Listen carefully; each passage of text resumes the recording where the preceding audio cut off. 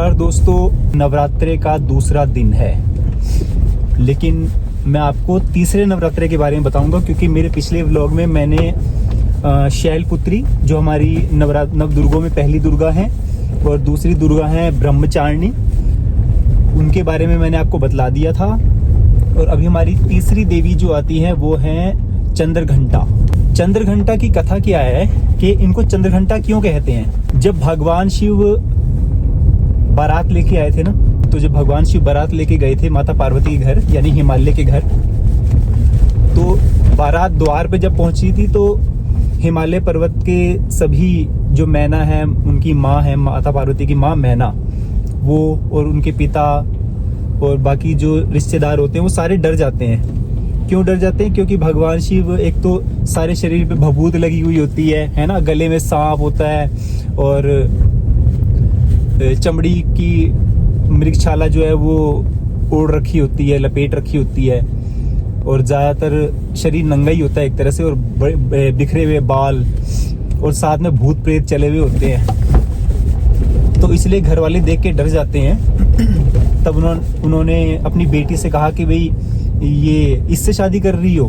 तब माता पार्वती ने क्या किया, माता पार्वती ने भी अपना रूप बदल लिया। अब जब रूप बदला तो उसमें माता की 10 भुजाएं निकल आई है ना, और मस्तक पे जो है अर्धचंद्र आ गया, त्रिशूल गदा तलवार ये सब चीजें आ गई शरीर पे। तो उनके पिता माता पार्वती को देख के भी घबरा गए कि ये क्या हुआ। तो माता पार्वती ने ये साबित किया कि वो ही ऐसे नहीं है, मैं भी ऐसी ही हूँ। मतलब ये दोनों ही संसार के रक्षक कह लो, संहारकर्ता कह लो। तो इसलिए माता पार्वती ने, और जो चंद्रघंटा नाम पड़ा है वो घंटी, जब माता ने दैत्यों से युद्ध किया था, क्योंकि दैत्य राक्षस जो हैं वो देवताओं को परेशान कर रहे थे, तो माता ने इसी रूप में यानी चंद्रघंटा के रूप में ही दैत्यों से युद्ध किया था और उनका सबका वध किया था। और घंटा जो था, इस घंटे की ध्वनि से जो है दैत्यों के कान फट गए थे शोर से, सिर्फ घंटे की ध्वनि से। इसलिए माता को जो है चंद्रघंटा कहते हैं, तीसरी देवी नवरात्रि की। तो ये तो मैंने बताया तीसरी देवी के बारे में। अभी एक नियम और रह गया था, जब नवरात्रे खत्म हो जाएंगे तो आप इस चीज को कर सकते हैं और करना भी चाहिए। ये नहीं कि आपको नवरात्रों में ही करना है। उसका कारण बताता हूँ। जब आप पूजा करते हैं घर में कभी भी, चाहे सुबह की पूजा करें या शाम की पूजा करें, खास करके सुबह की पूजा के वक्त जब लोग पूजा से फ्री होते हैं या पूजा के बीच में ही या पूजा शुरू होने से पहले भगवान को तिलक करते हैं, है ना। तो तिलक करते हैं और फिर पहले भगवान को तिलक कर दिया, फिर अपने आप को तिलक लगाते हैं। तो इसमें 2 चीजें बताऊंगा। पहली चीज ये कि आपको तिलक जो है वो गोल करना है, क्योंकि शिव पुराण में भगवान शिव खुद कहते हैं कि जो लंबा तिलक करते हैं वो नास्तिक कह लो या तामसिक प्रवृत्ति के कह लो। मतलब भगवान शिव उनको प्रेम नहीं करते हैं जो लंबा तिलक करते हैं। तो तिलक कौन सा करना है? गोल। ऐसा भगवान ने सुदर्शन को बोला था। सुदर्शन पुत्र था एक ब्राह्मण का, तो उसको बोला था कि उससे कोई पाप हो गया था, तो भगवान शिव ने उसको दर्शन दिए थे। जब उसने घोर तपस्या की थी सुदर्शन ने, तब भगवान शिव ने उसको थोड़ा ज्ञान दिया था कि जो भी प्रातःकाल की पूजा करोगे तो तुम्हें गोल तिलक करना है और ये लंबा तिलक लगाना छोड़ दो। इसीलिए आप जब भी घर की पूजा करें मंदिर में सुबह या शाम की और तिलक लगाते हैं तो आप गोल तिलक लगाएं, मतलब बिंदी लगाएं जैसे मेरे लगी हुई है ना।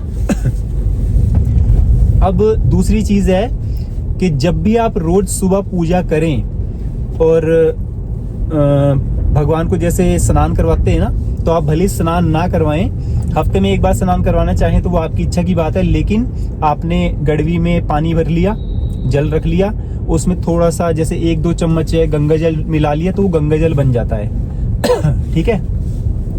जो गंगा जल बन गया तो उसी इन 2 उंगलियां डुबो के भगवान को उंगली से ही साफ कर दिया।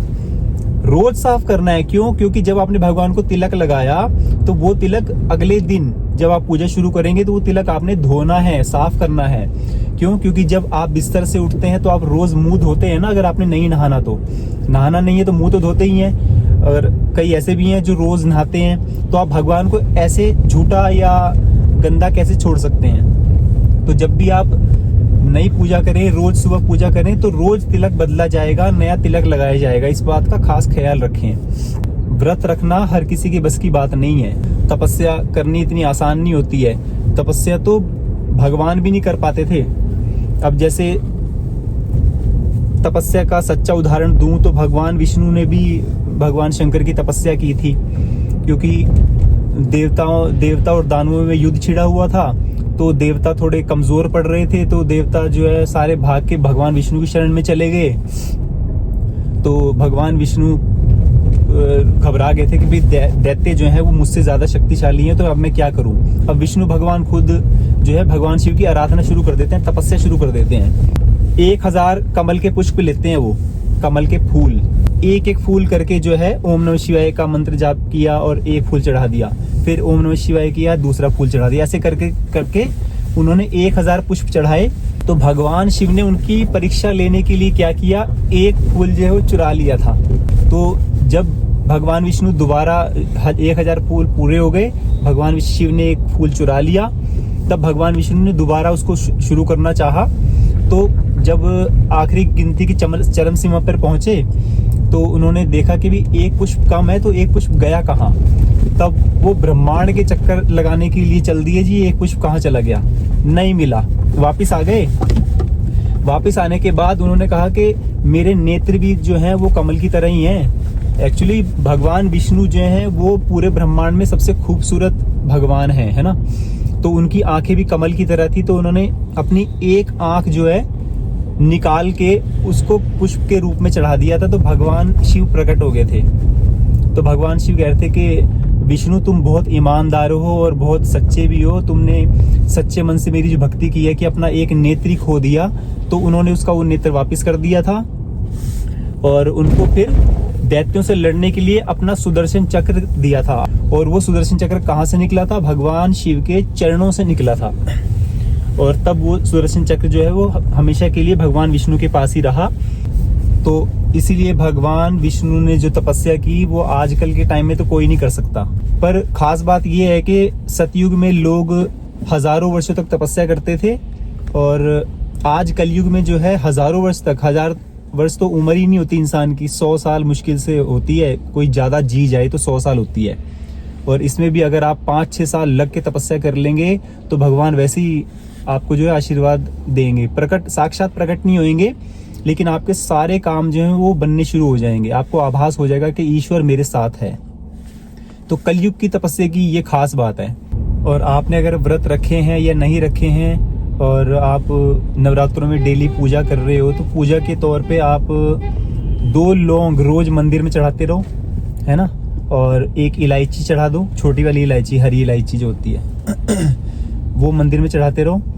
तो जब नवरात्रे पूरे हो जाएंगे और ये सामान इकट्ठा कर लोगे आप, तो उसमें क्या करना है, आखिरी नवरात्रे को हवन कर लो छोटा सा। हवन भी कैसे करना है कि कटोरी में, आधी कटोरी में रेत भर लो और आधी कटोरी खाली रहने दो।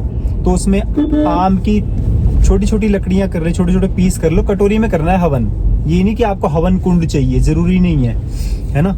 और जो सामान इकट्ठा हुआ है तो आप उसको मिला के थोड़ा हवन कर लो।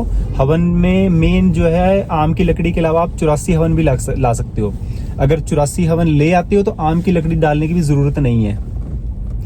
किसी भी आप पंसारी पे जाएंगे ना तो आपको हवन की लकड़ी और मिल जाती है पैकेटों में, और 84 भी मिल जाता है। 84 मतलब उसमें 84 जड़ी बूटियां होती हैं, 84 तरह की लकड़ियां होती हैं, संविधा होती है उसके अंदर, वो बेस्ट होती है ना। और इतना सा डालना होता है बस।